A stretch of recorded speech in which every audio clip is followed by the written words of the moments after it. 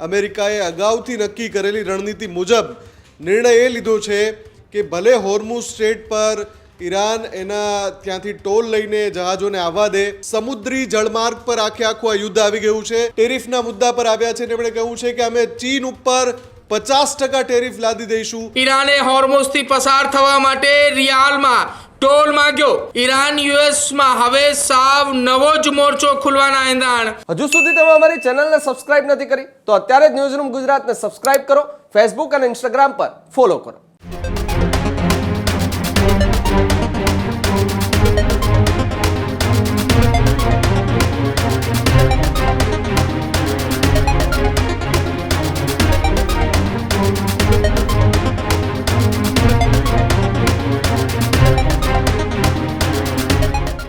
સમાચારોમાં આગળ વાત કરીએ। ઈરાન ઇઝરાયલ યુદ્ધની વચ્ચે આજના સૌથી મોટા અને મહત્વપૂર્ણ સમાચાર સામે આવી રહ્યા છે। ઈરાન અને યુએસ યુદ્ધ પર આજના સૌથી મોટા સમાચાર।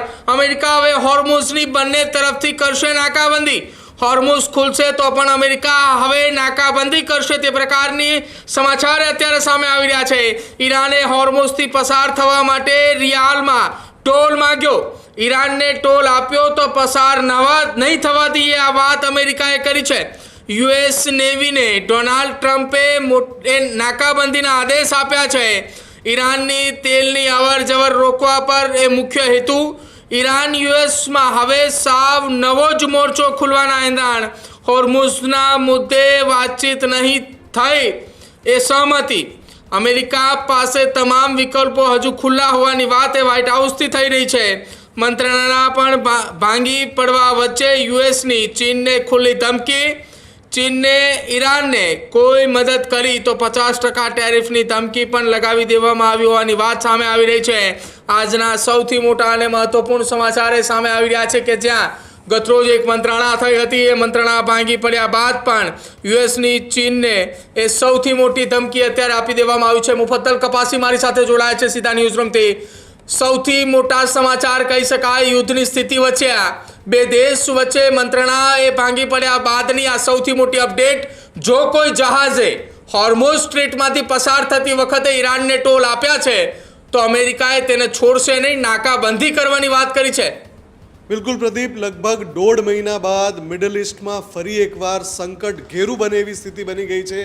કેમ કે જે ગઈકાલે વાતચીત પડી ભાંગી એના પછી આજે મેં કહ્યું હતું એમ 24 કલાક ખૂબ મહત્વના છે અને એ દરમિયાન અમેરિકાએ અગાઉથી નક્કી કરેલી રણનીતિ મુજબ નિર્ણય એ લીધો છે કે ભલે હોર્મુઝ સ્ટ્રેટ પર ઈરાન એના ત્યાંથી ટોલ લઈને જહાજોને આવવા દે, પણ આગળની બાજુ જ્યાંથી જે બે છેડા ખુલે છે હોર્મુઝ પછીના, ત્યાં યુએસ નેવી નાકાબંધી કરી દેશે, એ બ્લોકેડ પૂરું કરી દેશે અને ત્યાંથી ઈરાનના હોર્મુઝ નજીકથી જે જહાજો આવેલા હોય અથવા તો ખર્ગ આઇલેન્ડ પાસેથી જે જહાજ આવ્યા હોય એને આગળ નહીં જવા દે।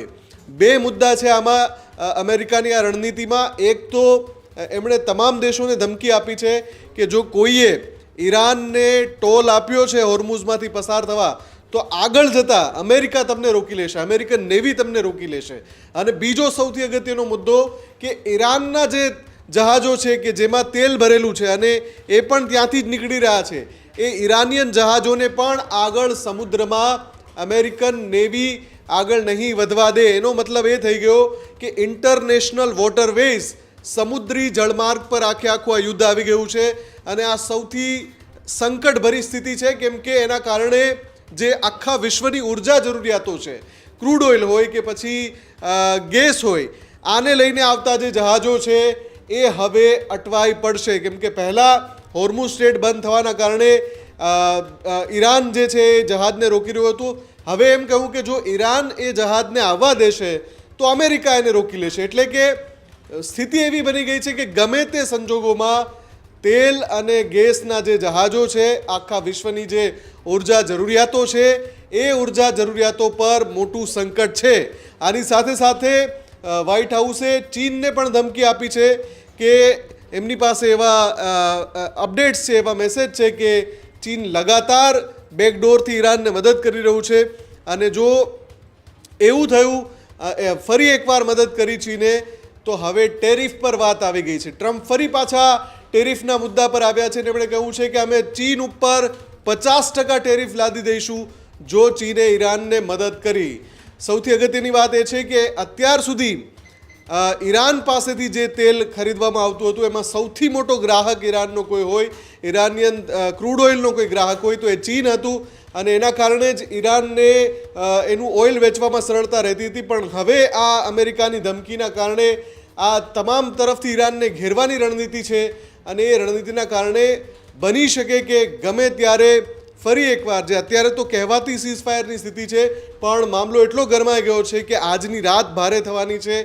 ઇઝરાયલ અથવા અમેરિકા બેમાંથી ગમે તે, કેમ કે સૈન્યને ફરી એકવાર તૈયાર રહેવા માટે આદેશ કરી દેવાયો છે. બીજી તરફ ઈરાનિયન સૈન્ય છે એ પણ તૈયાર છે અને ગમે ત્યારે જવાબી હુમલા કરી શકે છે, મિસાઇલ બરાજ છોડી શકે છે. એટલે કે જે 40 દિવસ સુધી જે વિધ્વંસક યુદ્ધ જોયું એનો બીજો ભાગ હવે ગમે ત્યારે શરૂ થઈ શકે છે. એનું કાઉન્ટડાઉન શરૂ થઈ ચૂક્યું છે. જી બિલકુલ, આભાર મુફાદલ માહિતી સાથે જોડાવા બદલ. હજુ સુધી તમે અમારી ચેનલને સબસ્ક્રાઇબ નથી કરી તો અત્યારે જ ન્યૂઝરૂમ ગુજરાતને સબસ્ક્રાઇબ કરો, ફેસબુક અને ઇન્સ્ટાગ્રામ પર ફોલો કરો.